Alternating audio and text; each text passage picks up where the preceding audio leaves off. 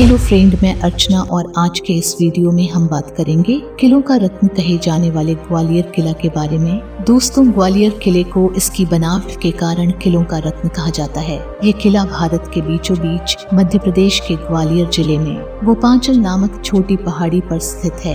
ये सिर्फ ग्वालियर की नहीं बल्कि पूरे भारत की शान है, जो कि वर्तमान में एक ऐतिहासिक संग्रहालय के रूप में जाना जाता है। दोस्तों, इस किले को इसकी सुरक्षित बनावट के कारण इसे दो भागों में बांटा गया है। पहला भाग गुजरी महल, जो कि रानी मृगनयनी के लिए बनवाया गया, और दूसरा भाग है मान मंदिर, जिसे मान सिंह तोमर ने बनवाया था। तथा इसी किले पर शून्य से जुड़े हुए सबसे पुराने दस्तावेज किले के ऊपर जाने वाले रास्ते के मंदिर में मिलते हैं, जो कि करीब 1500 साल पुराने हैं। मित्रों, इस किले का निर्माण किस सन में करवाया गया, इसके कोई सबूत मौजूद नहीं है, पर स्थानीय लोगों के अनुसार इसका निर्माण ग्वालिपा के नाम पर बनवाया था, जो कि एक साधु थे। कहा जाता है इसी साधु ने तालाब का पवित्र जल पिलाकर राजा सूरसेन को कुष्ठ रोग से निजात दिलाया था। दोस्तों, इसी के साथ उस साधु ने राजा को पाल की उपाधि से नवाजा था और कहा जब तक इस उपाधि को राजा अपने नाम के साथ लगाएंगे तब तक ये किला उसके पास ही रहेगा, मतलब कोई दूसरा राजा उनको नहीं हरा पाएगा। इसी के साथ सूरसेन के 83 उत्तराधिकारियों के पास ये किला रहा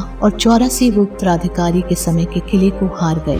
दोस्तों, 11वीं शताब्दी में मुस्लिम राजाओं ने इस किले को हथियाने के लिए हमला किया। इसी दौरान महमूद गजनी ने इस किले को अपने कब्जे में ले लिया, पर 40 हाथियों के बदले इसे फिर से वापस कर दिया। 1398 में ये किला तोमर राजपूत वंश के नियंत्रण में चला गया। इसी दौरान इन्होंने किले के अंदर कुछ निर्माण करवाए, पर 1505 में दिल्ली के सुल्तान सिकंदर लोदी ने किले पर कब्जा करने के लिए हमला किया, पर वे कब्जा करने में असफल रहे और 1516 में सिकंदर लोदी के बेटे इब्राहिम लोदी ने फिर से इस किले पर हमला किया और मानसिंह तोमर की मृत्यु हो गई। इसी के साथ पर इब्राहिम लोदी ने इस पर राज किया। दोस्तों, 10 साल बाद बाबर, जो कि मुगल वंश का संस्थापक था, इस किले पर हमला कर इसे अपने कब्जे में ले लिया, पर 1542 में शेरशाह शूरी ने बाबर से युद्ध किया और इस किले पर कब्जा कर लिया। पर कुछ समय बाद शेरशाह शूरी की आकस्मिक मृत्यु हो गई और 1558 में बाबर के पोते अकबर ने इस किले पर हमला किया और इसे अपने नियंत्रण में लिया, जिसका उपयोग अकबर कैदियों को रखने के लिए किया करता था। दोस्तों, मुगल साम्राज्य के वंशज औरंगजेब के समय तक यह किला मुगलों के अधीन रहा, पर औरंगजेब की मृत्यु के बाद गोहन से राजाओं के पास इस किले का नेतृत्व चला गया। पर कुछ समय बाद सिंधिया राजाओं ने इस किला पर हमला कर इसे अपने अधीन ले लिया, पर जल्द ही भारत में ईस्ट इंडिया कंपनी से इस किले को हार गए। दोस्तों, जनवरी 1844 में ये किला मराठा सिंधिया वंश को दीवान नियुक्त कर उन्हें सौंप दिया और 1886 तक अंग्रेजों ने पूरे भारत पर कब्जा करने के बाद इसे ग्वालियर किले को सिंधिया घराने को दे दिया और 1947 में भारत की आजादी के समय तक इस घराने में किले का संरक्षण किया। उसके बाद इस किले को ऐतिहासिक संग्रहालय के रूप में जाना जाता है। दोस्तों, अगर आप ग्वालियर की सैर करने आए हैं तो आप यहाँ स्थित ग्वालियर के अन्य किलों में जरूर घूमें। हाथी पोल गेट या हाथी पौर। हाथी पोल गेट किले के दक्षिण पूर्व में स्थित है।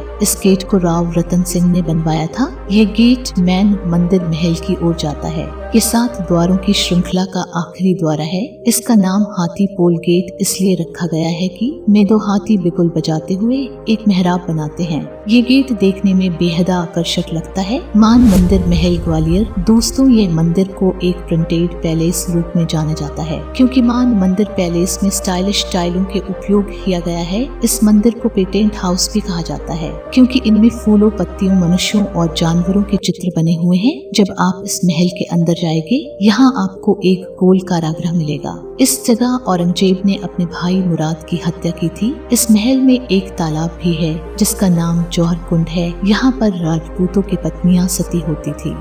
गोपाचल पर्वत ग्वालियर। दोस्तों, ग्वालियर का प्रसिद्ध किला भी इसी पर्वत पर स्थित है। गोपाचल पर्वत पर लगभग 1500 मूर्तियां हैं। इनमें 6 इंच से लेकर 57 फीट की ऊंचाई तक के आकार की मूर्ति है। इन सभी मूर्तियों का निर्माण पहाड़ी चट्टानों को काटकर किया गया है। ये सभी मूर्ति देखने में बहुत ही कलात्मक है। इनमें से ज्यादातर मूर्तियों का निर्माण तोमर वंश के राजा डूंगर सिंह और कीर्ति सिंह 1341 से 1479 के काल में हुआ था। यहाँ पर एक भगवान पार्श्वनाथ की पद्मासन मुद्रा में बहुत ही सुंदर और चमत्कारी मूर्ति है, जिसकी ऊंचाई 42 फीट और चौड़ाई 30 फीट है। दोस्तों, इसी प्रकार ग्वालियर में बहुत सारे किले व महल है जहां आप घूमने के लिए आ सकते हैं। दोस्तों, ग्वालियर का किला तक पहुंचने के लिए आप सड़क, रेलवे मार्ग तथा हवाई मार्ग से पहुंच सकते हैं। बात करें सड़क मार्ग की तो यहाँ की सड़कें काफी अच्छी है, जो आपको एक उत्तम और एक आरामदायक यात्रा का अनुभव कराएगी। ग्वालियर के लिए आपको निजी डीलक्स बस और राज्य की सरकारी बसों दोनों की सुविधा मिल जाएगी। ग्वालियर के पास कई खास पर्यटन स्थल हैं, जहां से आपको यहाँ के लिए डायरेक्ट बस मिल सकती है। वही बात करें रेल मार्ग की तो यहाँ पर भारत के लगभग सभी महत्वपूर्ण शहरों और पर्यटन स्थलों से ट्रेन आती है। दक्षिण भारत और पश्चिमी भारत से आने वाली ट्रेनें ग्वालियर शहर से होकर गुजरती और रुकती भी हैं। जो भी लोग ग्वालियर किला घूमने का प्लान बना रहे हैं, उन्हें दिल्ली, आगरा, वाराणसी, इलाहाबाद, जयपुर, उदयपुर, चित्तौड़गढ़, अजमेर, भरतपुर, मुंबई, जबलपुर, इंदौर, बैंगलोर, हैदराबाद, चेन्नई, नागपुर, भोपाल आदि से सीधी ट्रेन मिल जाएगी। दोस्तों, ग्वालियर में हवाई अड्डा भी है, जो शहर के बीच से सिर्फ 8 किलोमीटर की दूरी पर है।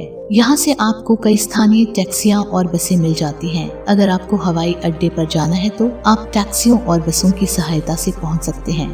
तो दोस्तों, ये वीडियो आपको कैसा लगा हमें कमेंट करके जरूर बताएं। साथ ही वीडियो अच्छा लगा हो तो वीडियो को अपने दोस्तों, परिवारों वालों तक जरूर शेयर करें। धन्यवाद।